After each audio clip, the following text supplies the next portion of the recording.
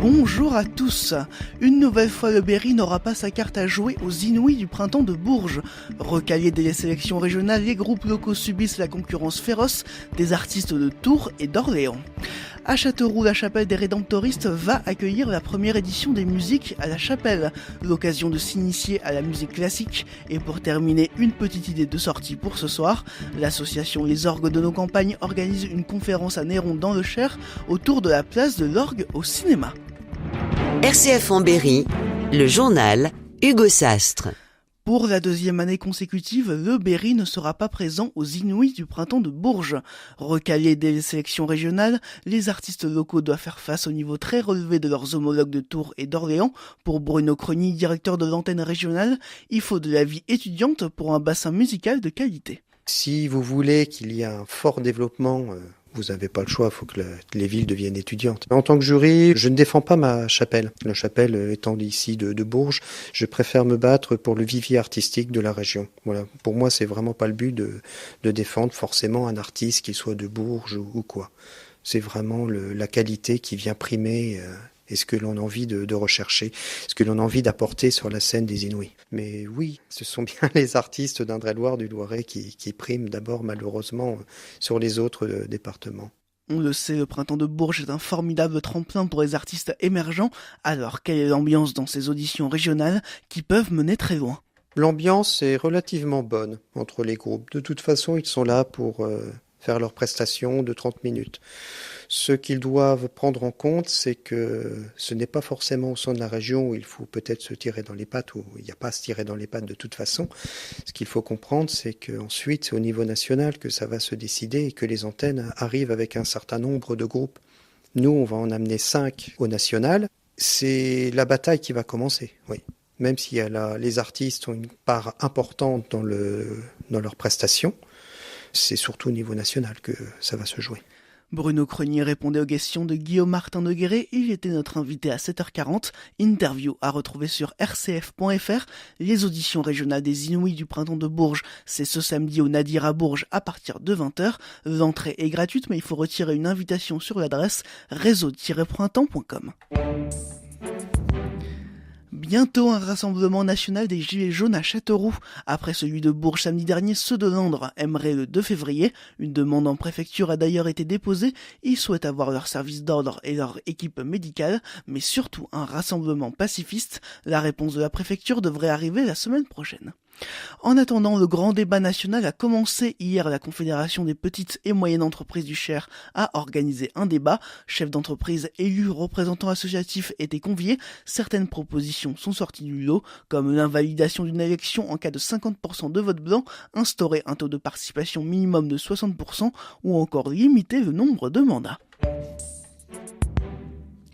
La chapelle des Rédemptoristes de Châteauroux au cœur d'un festival de musique classique. L'édifice va accueillir 4 dates de concert, le tout à des tarifs abordables, entre 3 et 5 euros. L'occasion de découvrir la musique classique à prix réduit, mais aussi d'écouter les professeurs du conservatoire de Châteauroux faire de la musique. William Ben-Simon, directeur du conservatoire à rayonnement départemental de Châteauroux. Seuls les professeurs qui le souhaitent, bien sûr, et qui ont une véritable proposition artistique participent à cette saison, mais ce sont avant tout des musiciens. La pédagogie vient d'une très grande pratique instrumentale, souvent depuis leur plus jeune âge, et ils ont envie de jouer, ils ont envie de se produire, et c'est aussi une découverte pour leurs élèves que d'aller les écouter, que d'aller profiter un peu comme ça de leurs prestations, et c'est l'ouvrir aussi au plus grand nombre pour que, je dirais, la musique, vienne à plusieurs personnes, qu'on soit adepte ou non de la musique classique, on peut enfin la découvrir à Châteauroux. Et pour la première date découverte des vents, ce dimanche 20 janvier à 16h. Alors là, c'est une formation en plus à géométrie variable, puisqu'on ira du trio au sextuor, donc de 3 à 6 musiciens, et on va retrouver les bois, basson, flûte, clarinette, saxophone, qui est aussi un bois, et puis également avec le cor, je n'oublie pas non plus le basson. Enfin voilà, c'est à géométrie variable, là aussi un répertoire qui va aller de la musique baroque jusqu'à la musique moderne, donc ça va être une belle diversité pour une alliance de sonorités, parce que les vents ont cette magie-là, c'est de pouvoir, à ce que les sonorités mélangées proposent un univers sonore assez fabuleux. La première date de musique à la chapelle est donc ce dimanche à la chapelle des Rédemptoristes de Châteauroux, puis le 3 et 24 mars, et enfin le 5 mai. Un Airbus A380 bientôt dans l'aéroport de Châteauroux, ce devrait bientôt être possible. Dans ses vœux hier soir, le président de l'aéroport a annoncé la construction d'un hangar géant, un hangar de 40 mètres de haut sur 1 hectare. Les travaux doivent commencer à la fin de l'été pour s'achever en juin 2020. Une nouvelle tour de contrôle doit également être construite dans les mêmes délais. Le département de l'Indre perdrait près de 500 élèves dans les écoles maternelles et primaires à la rentrée scolaire 2019-2020. Cela pourrait entraîner 5 suppressions de postes, selon nos confrères de la Nouvelle République. Résultat, des inspecteurs de circonscription sont envoyés dans des regroupements pédagogiques intercommunaux. Certains pourraient voir des classes fermées. Une conférence autour de l'orgue au cinéma, c'est la proposition de l'association Les Orgues de nos campagnes. Ce soir, à Néronde dans le Cher, au siège de la communauté de communes, Augustin Belliot nous propose un retour en arrière, une époque où le cinéma était muet, où la musique était jouée par un organiste ou un pianiste pendant la projection. L'orgue a joué un rôle majeur dans l'histoire du 7e art. On s'est rendu compte dès les débuts que dans les foires, en fait, quand on présentait les films, quand il n'y avait pas d'accompagnement musical, les gens prenaient peur déjà parce qu'ils voyaient des sortes de fantômes, ils n'étaient pas habitués à voir ces images bouger. Et il y avait aussi des problèmes techniques, c'est-à-dire que les projecteurs faisaient beaucoup de bruit. Tous les gens aussi qui circulaient dans la foire, en dehors du lieu de projection, faisaient aussi du bruit. Donc la musique, en fait, elle avait surtout un rôle de donner au spectacle un petit peu plus de qualité, en fait, une meilleure présentation pour masquer tous ces bruits.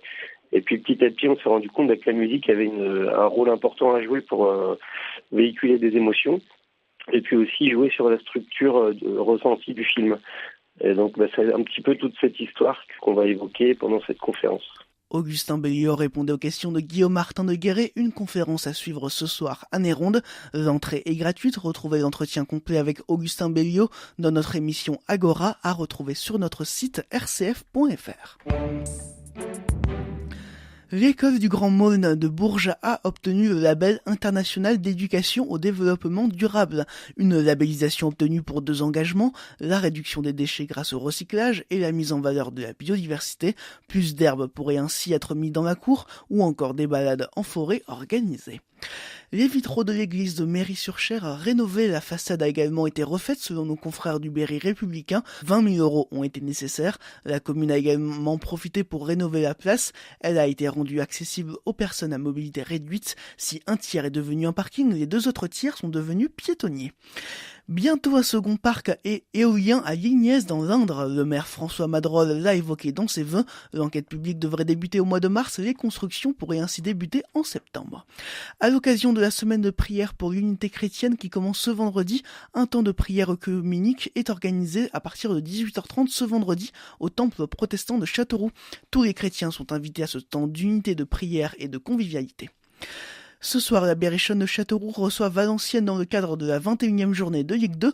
La victoire est primordiale pour le club castelroussan sous peine de se voir dépassé par son adversaire du soir et de se rapprocher de la zone de relégation. De son côté, les Tangos de Bourges reçoivent Lyon en championnat. On fait à présent un point sur la météo. Le Cher et l'Indre sont à nouveau en vigilance jaune, neige et verglas. Matin de la brume est attendue, il fait -1 à Vierzon et à Valençay, 0 à la Champenoise et à Dunnes-sur-Oron. Cet après-midi, la brume laisse place à quelques nuages. Il fera 4 à Bourges et à Champenoise, 5 à Châteauroux et au Blanc.